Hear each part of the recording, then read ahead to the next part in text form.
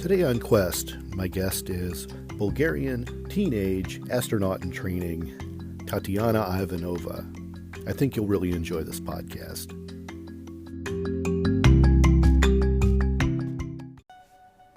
Life is a quest for logic and reason. It is a quest to find balance between science and faith. Life is a quest for knowledge and understanding. But most importantly, it's a quest for personal discovery. Whatever your quest, knowing yourself is the beginning of all wisdom. Welcome to Quest. Hi everyone, I'm your host, Todd Fischer, and welcome to Season 3 of Quest. A quest is a search for something, and this podcast will show you how we know what we know through interviews with people that have incredible stories of dedication and perseverance. To me, curiosity is part of what makes us human, and there's still so much we don't know. There's joy in discovery. It's what drives us. It's our quest.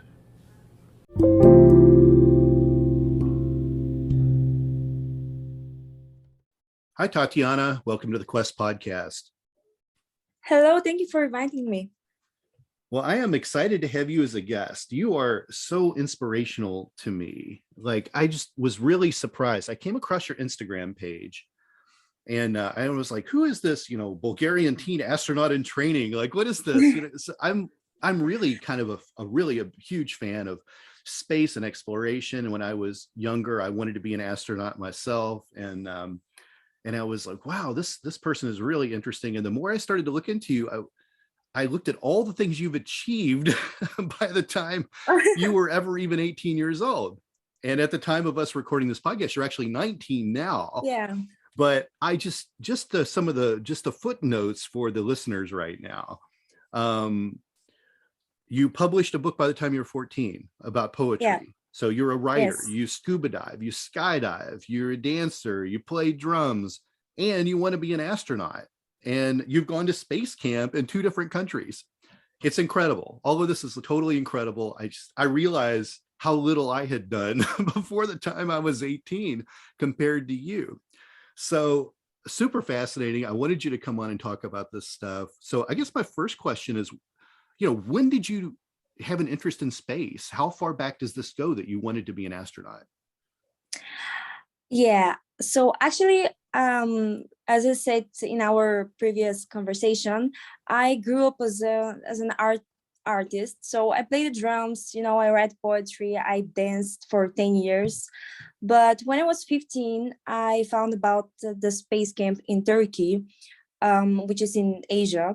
But I'm from Bulgaria, and Bulgaria is pretty close to Turkey. So we have an official coordinator here in Bulgaria.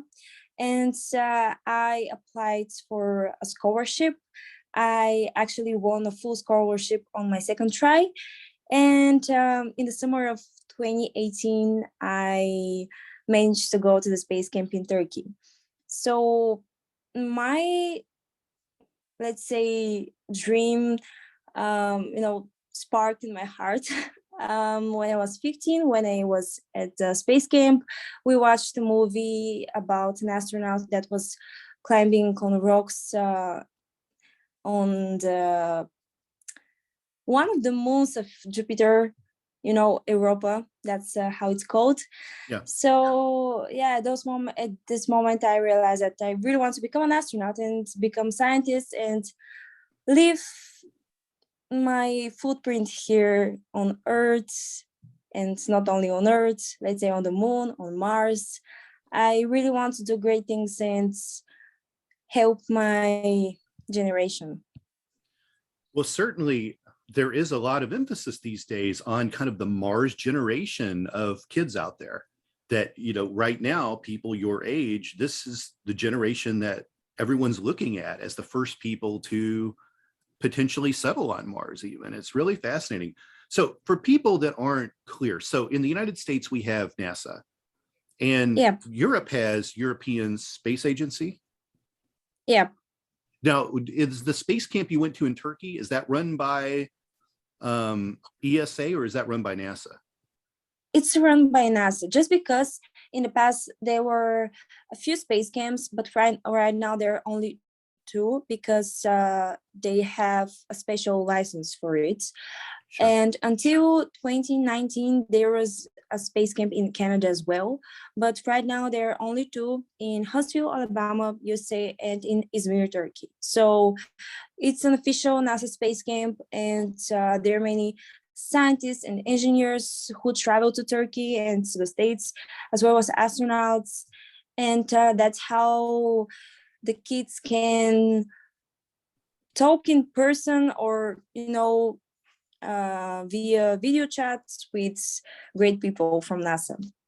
Now, also, kind of school me on this. Now, the Russians, they have their own thing separate than ESA, and do the Japanese, do the Chinese, theirs are all separate as well? They're not part of the ESA?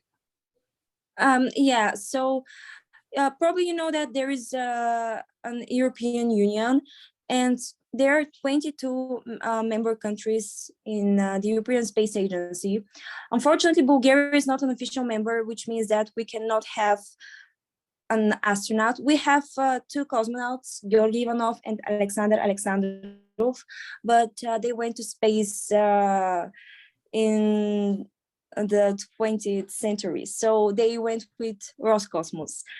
And Russia has Roscosmos, Japan has JAXA, in the States, there are SpaceX, NASA, and many other private companies, agencies. But yeah, ESA includes mainly, I think, only countries that are in Europe.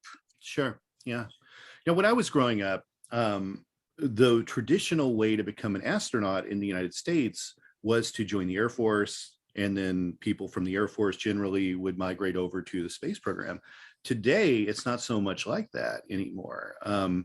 In fact, there's a huge push for civilians in space, which we're seeing more and more and more of. So there have been a lot of civilian contractors that have gone up on, NASA space flights, as well as just the privatization of space. So what do you think about private companies getting into going into space, whether it's space tourism or putting military satellites up or trying to go to Mars? I think most of us here in America think of Blue Origin, which is Amazon, Jeff Bezos thing. There's Virgin Galactic, there's SpaceX. How do you feel about that? Should space travel be government controlled, or do you think the private sector getting involved is a good idea? Well, I think that those both ways are beneficial. When you send people to space, let's say with NASA or ESA, Roscosmos, they usually are astronauts that have a mission, have an experiment or research to perform there. And those kind of missions are very beneficial for the Earth, for our life here on Earth. Basically, when you send astronauts in space, they sometimes, let's say, predict storms, hurricanes. In this way, many people on Earth are warned and evacuated.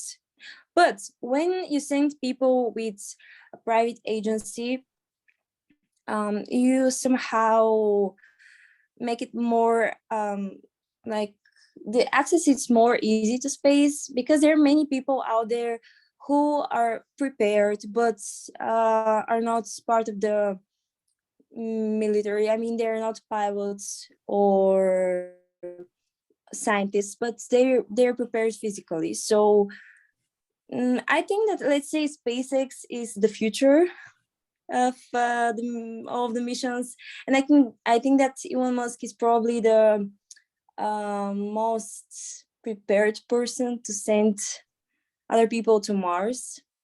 Yeah, that's why I think that those both ways are beneficial. For example, 2 months ago, I met the CEO of Axiom, which is a new space agency. That's a private agency. And even though it's a private agency, one of the astronauts is a retired NASA astronaut. So it's not only, citizens in space all the time. Even though that space tourism is going to probably be something normal in the future, I Yeah, think that NASA and I mean, I really hope that astronauts will be still,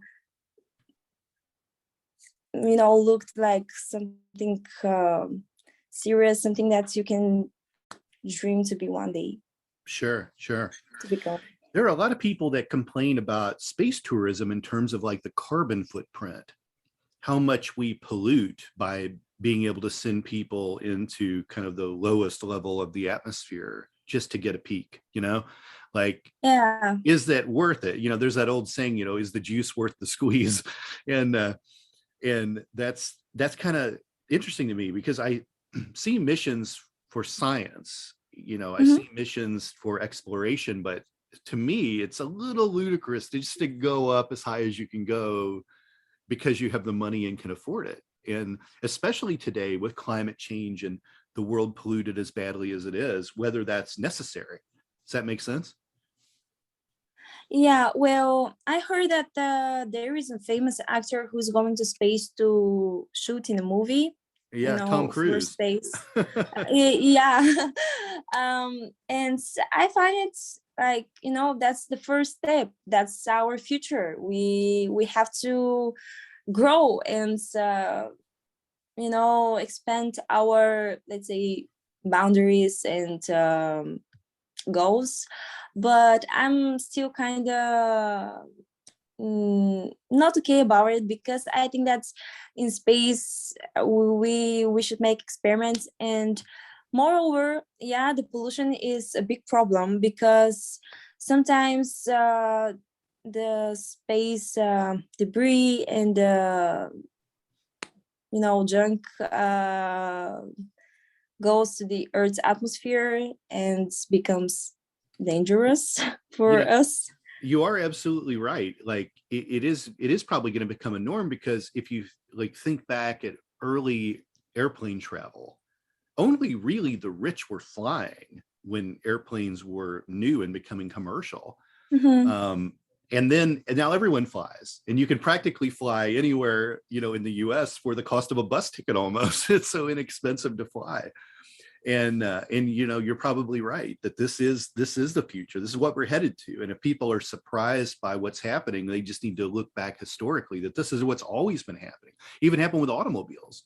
You go back to the first people having automobiles were really kind of the ultra rich of their day, and now it's commonplace for everyone to have an automobile. Yeah, Oh yeah, yeah. go ahead. I wanted to say that I really don't matter sending people just to be tourists in space, but about the problem with the uh, you know let's say old satellites that crashed, and other parts, materials, etc. We still haven't solved the problem with the space debris and the space, trash, junk. So if we solve this problem, yeah, it will be normal to send people to space every day when we want. But right now, I think that it's better to find solutions for the problems that we somehow manage to create. For sure, for sure. Right now you're in university and you're Yeah, pursuing physics. yeah, So you're in your first year of college now. yeah, yeah. So tell me, what do you think for young listeners out there? What do you think they need to prepare themselves to move toward, doing what you do, to become an astronaut or want to go into space? Are there certain classes that you would recommend people should start when they're young? Huh. Yeah, for example, I don't think that university is that important. I mean, yeah, you need your degrees, and you probably have to become a doctor, you need your PhD. But the most important thing is to do it with passion. And yeah, it's important to be an engineer or scientist or pilot to become an astronaut, just because you can be, let's say, an artist or dancer in space. You must do something when you're out there, you know. But the most important things are learning new languages, because when you're, let's say, on board the International Space Station, you'll probably be with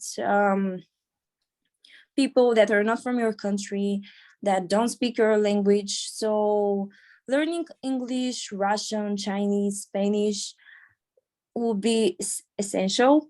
Also, there are analog missions that prepare you for the real world, you know, above the Cameron's wine when you go to space. So there are analog missions on the Hawaii main island, also in Poland, Switzerland.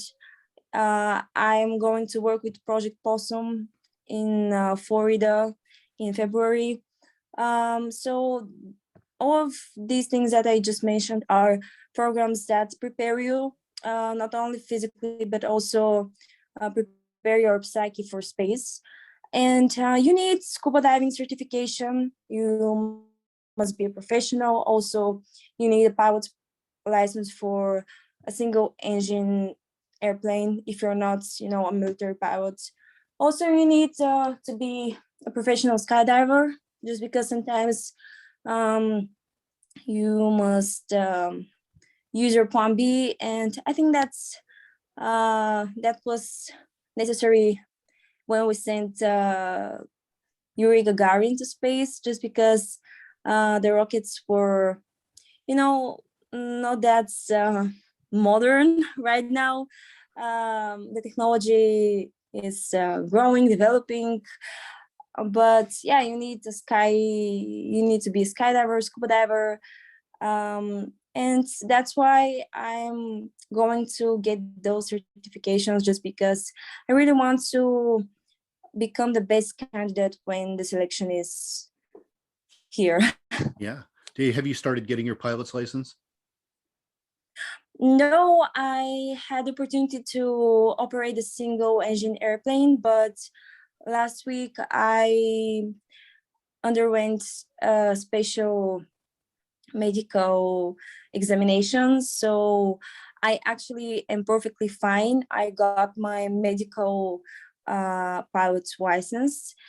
Since I'm living in Bulgaria and I'm from Bulgaria, my opportunities are not that many. Also, the financial side of the things is always a problem for me, because when you're in the States, you're more you can travel easily to the other states. But when you're in Bulgaria, first of all, when I went to the States, I was 16, so I traveled alone.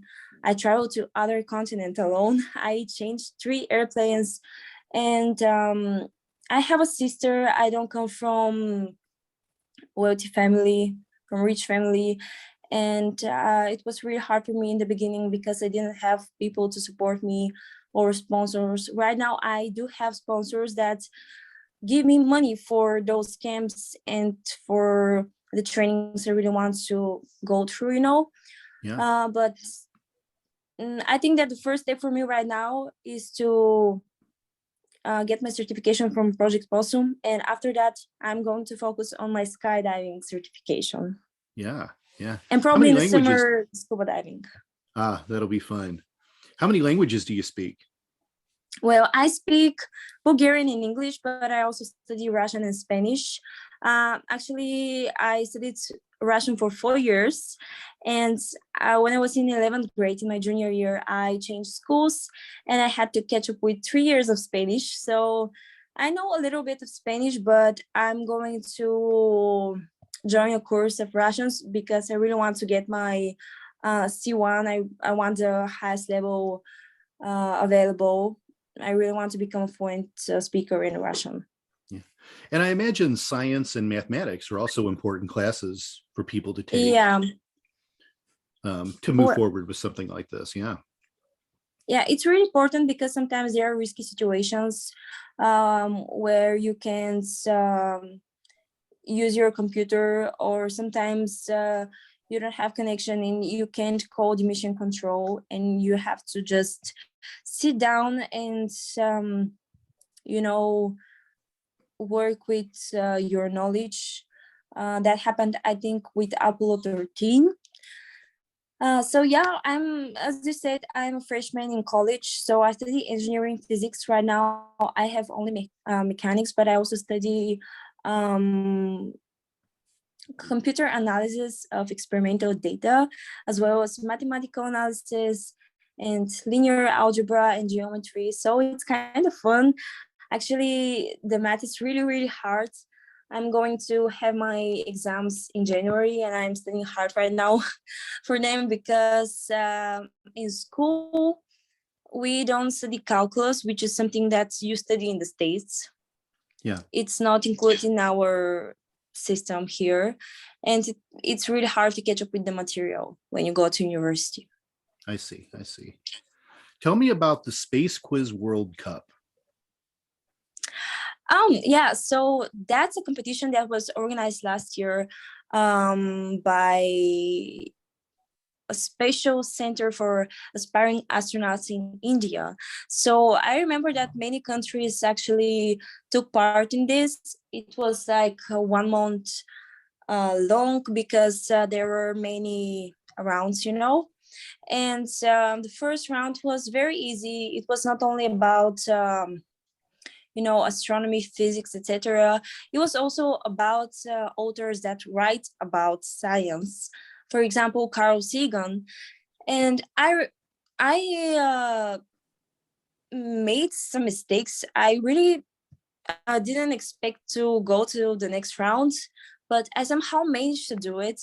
And I don't know how, but I won the whole competition. I mean, yeah, the rounds weren't that hard, but they weren't that easy as well.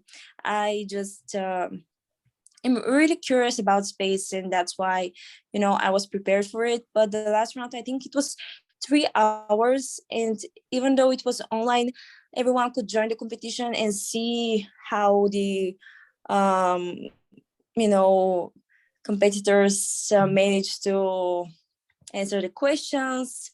And yeah, I won the competition. I'm still waiting for my award, by the way, because when I won this competition, we were in a pandemic, and the post offices in India are closed, so they are not. They cannot send me the award right now. Wow. They're waiting for the international offices to open so they can send me the award. Well, Yes. you know you've won, so. Yeah, I mean, I received my certificate, but I really want to see it, you know, in person. It's more sentimental when you have it. Well, congratulations on that. So, Thank you. what is the We Are Mars outreach team? And you're also an ambassador for the Mars Generation. Tell me about these organizations and what they're about. Yeah, so the Mars Generation is a very, very famous organization. It was founded by Abigail Harrison. She's actually, I think she studies in Harvard right now. She is one of the potential candidates that may be selected by NASA. She and Alicia Carson as well. Those two girls are very famous in the States. So the Mars Generation, that's a special foundation about kids everywhere in the world, no matter where they live. So basically, we have different events, we have t-shirts, and our main goal is to inspire kids all over the planet, not only in the space area, but also you just have to be really passionate about your dream in order to succeed in, you know, making it come true. I mean, you have to make the impossible possible, and that's our motto. So yeah, I'm just an ambassador. I represent the Mars Generation. Everyone can become a member. But about the We Are Mars outreach team, last year there was a competition, and I really wanted to become part of the outreach team. Basically, we made different events. For example, we shared different stories where we had educational quizzes. My part is to write different emails to astronauts, scientists. Also, we have competition, we have designers. And so we really want to grow this kind of network to become something, big. It was also founded by an American girl, and that was her passion project for university. I see. It's all interesting. This is also fascinating. I wish this stuff was around when I was young, to be part of stuff like this. This is just amazing to me. Yeah, well, it's related to space, but it's not something that's you practice. That's more of a leadership thing. Sure. A couple let's dive into Mars a little bit more.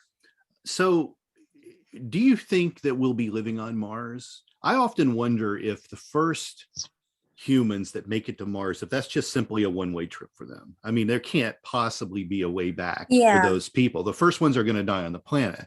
But do you see us actually colonizing Mars, or is this something that, maybe we're just going to observe, land on it? It'll be like the moon. It'll become something where we just move on. What do you think?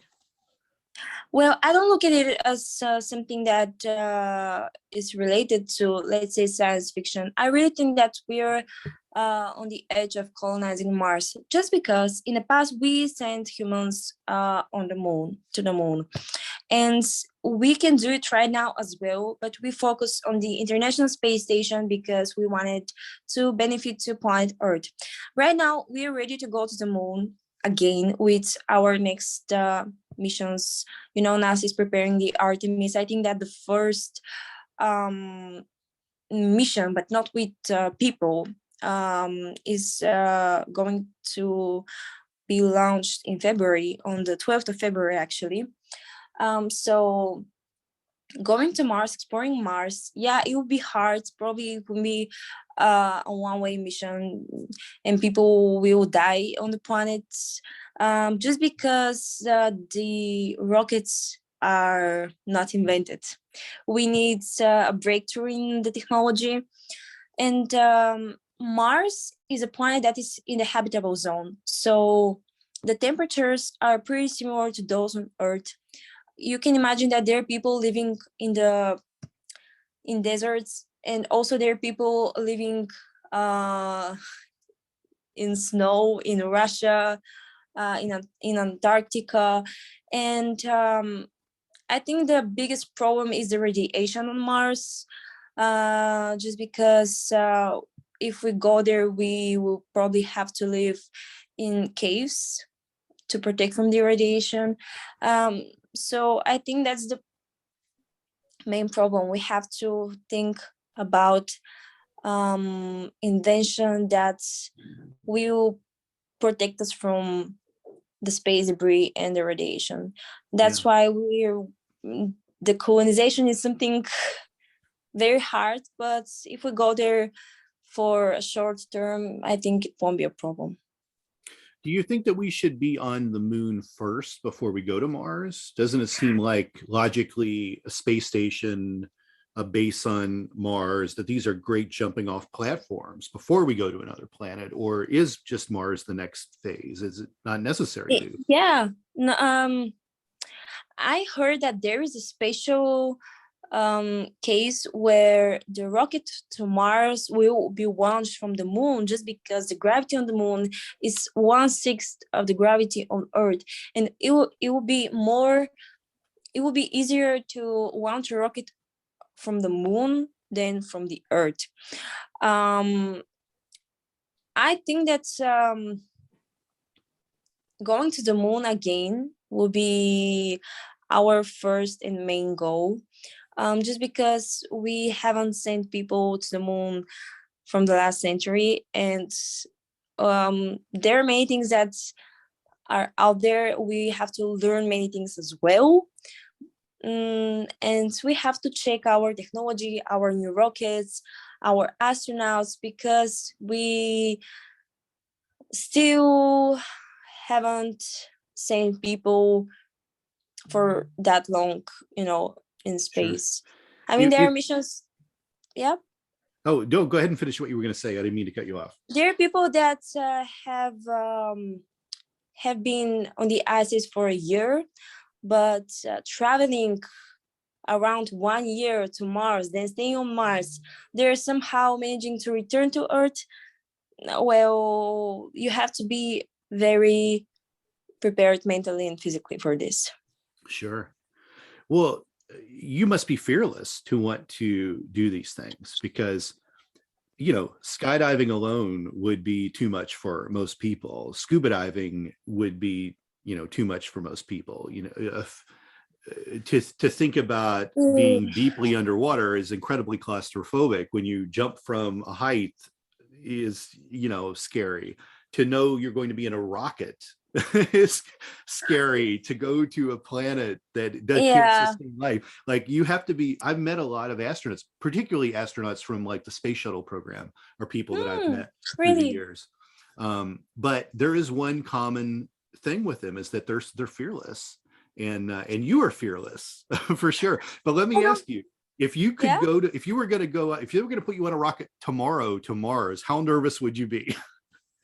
I would go to this rocket on 100%, just because, I'm fearless, but I realized something this year when I scuba dived. I mean, when I jumped out of the plane, I was with an instructor because it was my first time. I wasn't scared at all. I felt very freely. I was just enjoying my time there. But when I scuba dived on 5 or 6 meters, that's not that much for diving. I thought I would drown, just because my face mask, there was water in it, and even though I wasn't supposed to breathe with my nose, I was supposed to breathe with my mouth. I was very scared that I will drown down in the water, and I felt claustrophobic for a moment. I was scared for a moment, but I think that living your life to the fullest, going beyond your limits, is something that's you should aim for, because you will die one day, and it will be more, I don't know how to say it. You'll be more pleased if you die on a planet that's not Earth, and you won't regret it. I think that's, it will be best. Yeah, well, that's a beautiful way to look at it. I love that. A couple quick questions for you. Do you have a favorite? Blue Origin, Virgin Galactic, SpaceX, NASA? Who's your favorite right now? Who's got the best tech? Who's doing the coolest thing? I think it's SpaceX. I'm not a keen fan of Blue Origin, just because sending people to space for 11 minutes doesn't make them astronauts. I read the Elon Musk autobiography book, and I'm a huge fan of Elon Musk. So I think that his desire to reach the red planet one day is going to secure the crew by creating the safest rockets, and I think that he won't risk the lives of his crew. That's why one thing I think is really interesting is a lot of people that become engineers grow up with an influence around them, right? So if you go back nearly 100 years and you look at Henry Ford wanting to invent the automobile, what he had to go on was that we had horse-drawn carriages. How do we motorize the carriage, right? So he would try to look and see, how do I make a future advancement to this? But as time went on, literature, pop culture, films, things started to evolve that gave people ideas. So there's a whole generation of engineers that grew up watching Star Trek. So a whole generation of engineers that watched Star Wars. There's a whole generation of people that watched 2001: A Space Odyssey. And they were like, how do we make that tech real? Because they loved what they were seeing, right? It never didn't exist. Touchscreens weren't exist, communicators on your, the Bluetooth, all this stuff didn't exist, but people made it exist because they were inspired by it, by the idea. And I think that's Yeah, really interesting. And what I love about Elon Musk is he was like, well, why can't we land a rocket?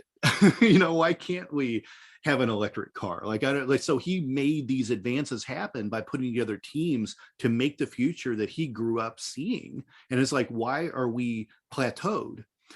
I think that, NASA certainly, made leaps and bounds by putting a man on the moon. Like that's a huge deal. There was an active space race, but when we got the space shuttle, that was what the future looked like, And although the space shuttle was flawed in a lot of ways and didn't quite function like it was supposed to, it still was the future. You were seeing the future in nearly constant space travel. And I haven't seen that until Elon Musk again. Everything had kind of plateaued until Elon starts getting involved in this and is saying, I'm going to land these rockets on the ground and reuse them. And I'm going to land them on a barge in the middle of the ocean. I'm going to show you how precise our tech can be. And it's incredible to see this stuff happen. I love it. And I think science fiction is really important to giving designers ideas. And also just Elon Musk, his sense of style, he made it look like the future, like he even added that, I'm really on the same page. I really think that Elon Musk is great. First of all, I think that he's the richest person right here, right there on Earth, right now. I remember when reading his book, he said that if he had the opportunity to create a special pill that he could, get every day, that could give him all the vitamins, the calories, and let's say the water for the day, he would create that pill. Just because he thinks that eating and drinking water is a waste of time. In order to be that risky and fearless and creative, you also have to be very smart and intelligent. If you have goals, but you're not smart or intelligent or passionate about them, you're not going to succeed and achieve them. But he is very intelligent. He studied very, very, very hard in order to create a company, create PayPal, then sell it and invest all of his money in SpaceX. I really admire him. And speaking of science fiction movies that inspire people, do you have a favorite space movie, a favorite science fiction film? Can you repeat, please? Oh, I was saying, speaking of like science fiction movies, do you have a favorite space movie? Do you have anything that you like in science fiction? Yeah, sorry, the connection lag. Well, I really like one movie. It's called Proxima, and it's about a female astronaut from ESA. She has a daughter and she prepares for a mission. She is, next to men and she has to compete with them. So I really like this movie, but also I really like the movie The First Man about the Apollo 11, Neil Armstrong. I really like The Martian as well, but I'm not a huge fan of the science fiction. I really like science, and the books I read as well are only science related or poet related. Sure. I don't know why. I just feel that the real science is better. Yeah. What about a favorite planet or moon or star? You have a favorite celestial body? I really like Titan. That's the moon of Saturn. I actually named my bunny after Titan, because that's celestial body that it's very likely to have life on it, just because Is it volcanic? Is Titan volcanic? there is methane.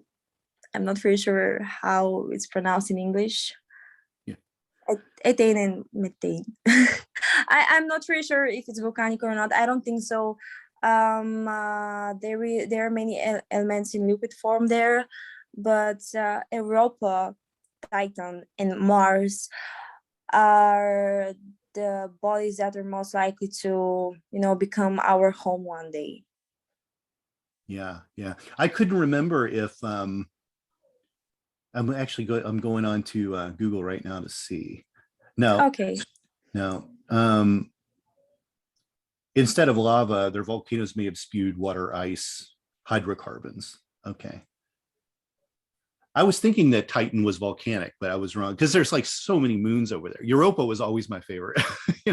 Yeah. That was always mine. But I couldn't remember because, first there's 12, then there's 50. There's, it's like I lose track. I can't even remember them all. I couldn't name them all anymore. But when I was, 20, I could name everything. Funny. Cool. Let me ask you this. I want to get into something a little bit more philosophical. Okay. So I often wonder, my podcast, I always, lean a little bit spiritual. I kind of try to mix science and spirituality in my podcast. And anytime I talk to people in science, or in the medical field, we'll say, they tend to lean away from the idea of there being a God, because they tend to want to explain stuff away. But I've also met a lot of people, met several astronauts that are incredibly spiritual and religious. Where do you fall in this spectrum? I mean, to me, it seems like when you see, the epic that is space, how can you think there isn't a creator of all these things? But I'm curious how you feel about it. How does God go with you in this type of journey, from skydiving to potentially landing on Mars, or does it not apply? Is it not necessary? Well, usually I don't think about it. I'm Christian, I'm Baptist, but I'm not religious. I do respect people that believe in God, just because I believe in the power of the universe. I really think that there is something out there that helps me and sends me the right people at the right time. And, signs, signals. I really think that I have a guardian angel, even though that I don't believe in God.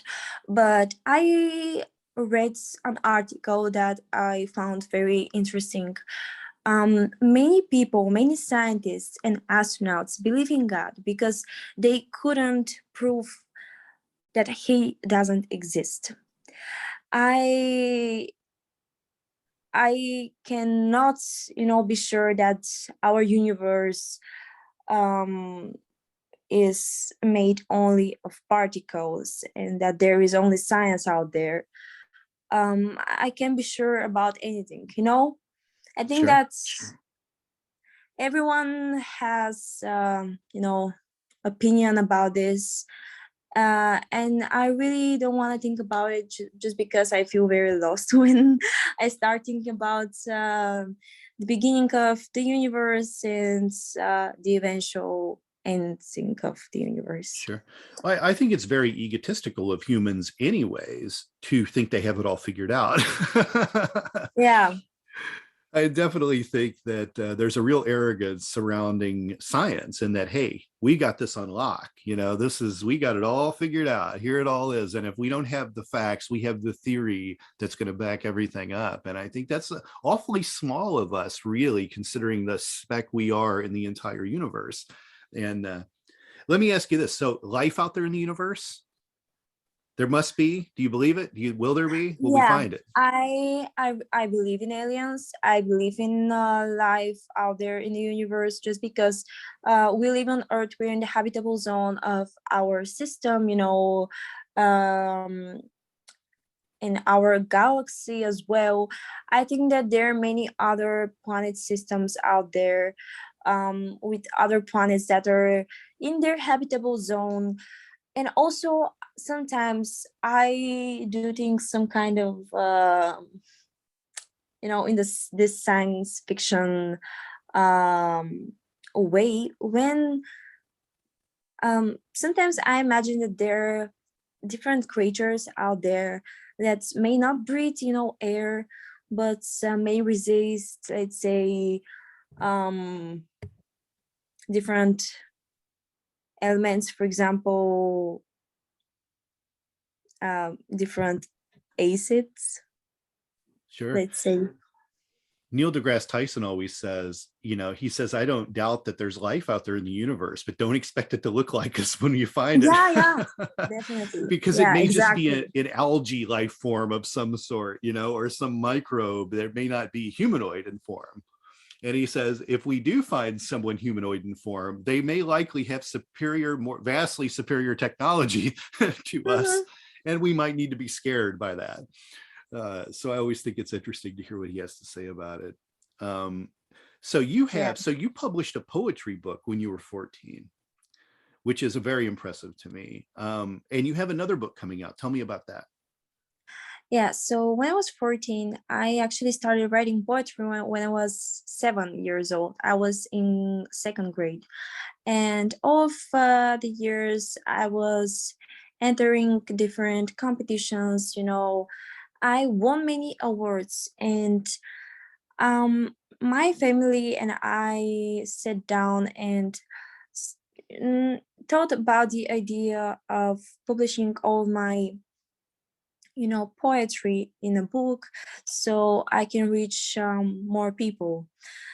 And yeah, when I was 14, actually, the premiere of my book was on the 11th of December. And my 15th birthday was on the 12th of December.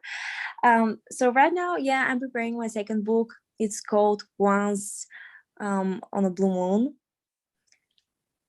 That's Uh, great. yeah, I'm really inspired by space, but more I write more about love, and I'm also inspired by natural disasters and some natural phenomena. For example, I really write about the aurora, the lights that appear, let's say, when you're in Iceland or in Russia. Yeah. Um, I write about dreams and about meteor showers. I really hope that one day my poetry will be translated in English. So right now I connected with the biggest um, agency.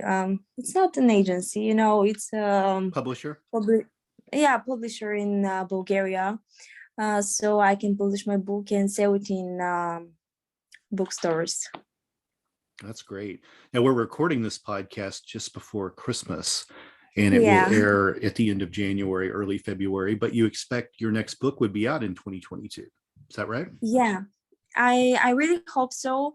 As I said, I'm having exams in January, and the process of publishing a book is very complicated. Um, but I will say something that it's a secret, you know. So it's not going to be a secret anymore. But there will be 88 pages Mhm. because there are 88 constellations out there, and for the number of each page there will be a constellation. Oh, that's That's how great. I'm going to mark the number of the pages. And also 10 of the pages in the between will be in different pastel colors with polaroid pictures that are related to the poems. Very cool. And the first 50 copies of the book will have a special card of the moon that will be personalized for the buyers. Um, so it's gonna be a complicated process, and I really want to dedicate myself to it. That's why I'm not rushing the things, and I just really want to publish it by the end of next year. No, that sounds great. That sounds incredible. Maybe you can come back on and talk about it when it's ready to come out. Yeah, thank you so much. And hopefully you'll have all your new certifications, and we'll have a lot more to talk about Yeah, for yeah. sure. Now you're also a drummer. Tell me about Yeah. that, because if you're not doing enough already, you're also a drummer. So like, what are you in a band? Are you a Yeah, rock I drummer? was. Like, tell me about that. So when I was 10 years old, my father decided to bring me with him to this rock club in my hometown. And I don't know why. I remember taking a picture with every instrument, but I really fell in love with the drums. So I started playing the drums when I was in fifth grade. And after that, when I was in seventh grade, I decided to um, took took up lessons. I mean, I found a tutor and I started to play and learn the notes. But when I was in eighth grade, I found my first band and I played in three different bands. So I played rock and metal. Yeah, I performed songs of AC/DC, Red Hot Chili Peppers, Slayer, Sepultura, and other groups. But I also performed pop rock, Maroon 5, U2, Amy Winehouse, Bulgarian songs, but we also had our own songs. I wrote the lyrics for the songs, and so we had many gigs, in Bulgaria. We went to different competitions. It was really nice. I recorded my first cover last year of one of the songs of Five Finger Death Punch. That's an American band that I really enjoy listening to. Wow. So that's about the drums. They're a big part of my life. My drums are right now in the capital city of Bulgaria because I live in two places. I go to college in Sofia, which is the capital of Bulgaria, but I live in Dobrich, that's my hometown. We're online right now because the situation in Bulgaria with the COVID-19 is very bad. We have Sure. many big cases. I think that we're in the first place of the worst cases in the world. Yeah. Yeah. Wow. It's funny when you talk about all the rock music that you play drums to. I think to myself, oh, some of my favorite bands, and I think for you, that's the oldies. it's, it's kind of funny. But you actually have a couple of YouTube videos up that have you playing drums, which I think is really cool. Also, you're skydiving on one of the videos. I've checked out your YouTube page to Yeah, see the stuff that's on I there. yeah, actually my first skydive was a present for my graduation from my parents, and I also helped them with the money because I really wanted to record it and save the moments. So there were people that were taking shooting. They made a video and I decided to upload it to my YouTube channel. And also there is a special video that we recorded about my passion project for university, where I sing, I play the drums, I scuba dive, skydive. It's a very interesting video. And yeah, I really want to start uploading more often. And I'm going to singing lessons as well. So I hope to release a singing cover soon. Wow. What's it going to And be of? Can you tell me? well, right now I'm working on the song "Easy on Me" by Adele. But So you also didn't pick anything too hard to do. Right. no, I'm still in the beginning. I'm a new singer. I started very late. I decided to start lessons when I was 18, so it's very late for a singer to start, but I'm really passionate about it, so I hope to Sure. become better one day. How can people find you out there on the interwebs? Do you have a website? Are you on social media? Yeah, I use Instagram, I use YouTube, and I started to be more active on LinkedIn because I think that they're more professionals out there. So these are the platforms that are used. I also have a TikTok, but it's not related to space. It's more of a personal, space. And I have a Facebook profile, but it's not a page. It's just a profile. So I use mainly Instagram, YouTube, LinkedIn, and I also have an email. My nickname is Astrochita, but I can also be found as Tatyana Ivanova. That's great. That's great. Tatyana, I really appreciate you coming on to the Quest podcast and answering all my crazy weird questions. You are quite exceptional.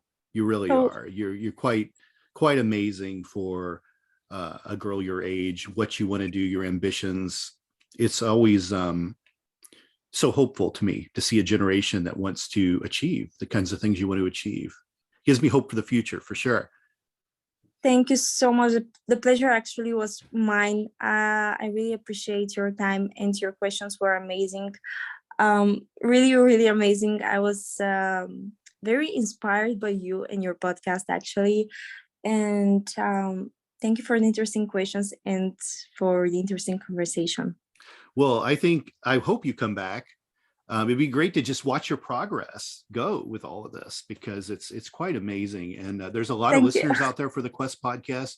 Go find her YouTube page, follow her on Instagram, make a donation to the cause, like buy her book, whatever you can do to keep pushing this girl forward, because we got to get you on Mars. Yeah. Thank you so much. Thank you. Maybe there'll be a little Metacortex patch on your uniform when you land as part of our corporate sponsorship. Our Quest podcast logo. Yeah, I'm going to share this podcast with everyone, because it was an amazing experience for me. I really enjoyed it. Thank you so much. Well, I'm glad that you came by today. So you take care. All my best, and let's talk soon. Okay. Yeah. Thank you. Bye-bye. Bye.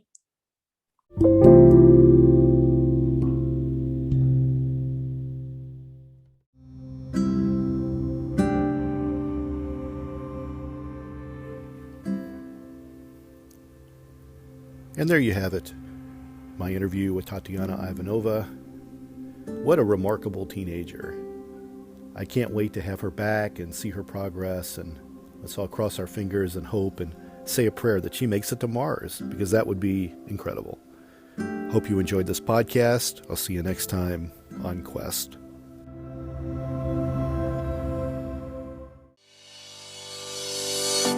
Thank you for listening to this podcast. Please be sure to rate and review this episode. This podcast is produced by Todd Fischer and distributed by Metacortex Publishing. This podcast is copyright. Any previously trademarked or copyright content is used by permission. Information and opinions stated in this podcast should not be construed as medical advice. Please be sure to visit the official website for the International Association of Metatomics at metatomics.org, or find us on social media for other unique content.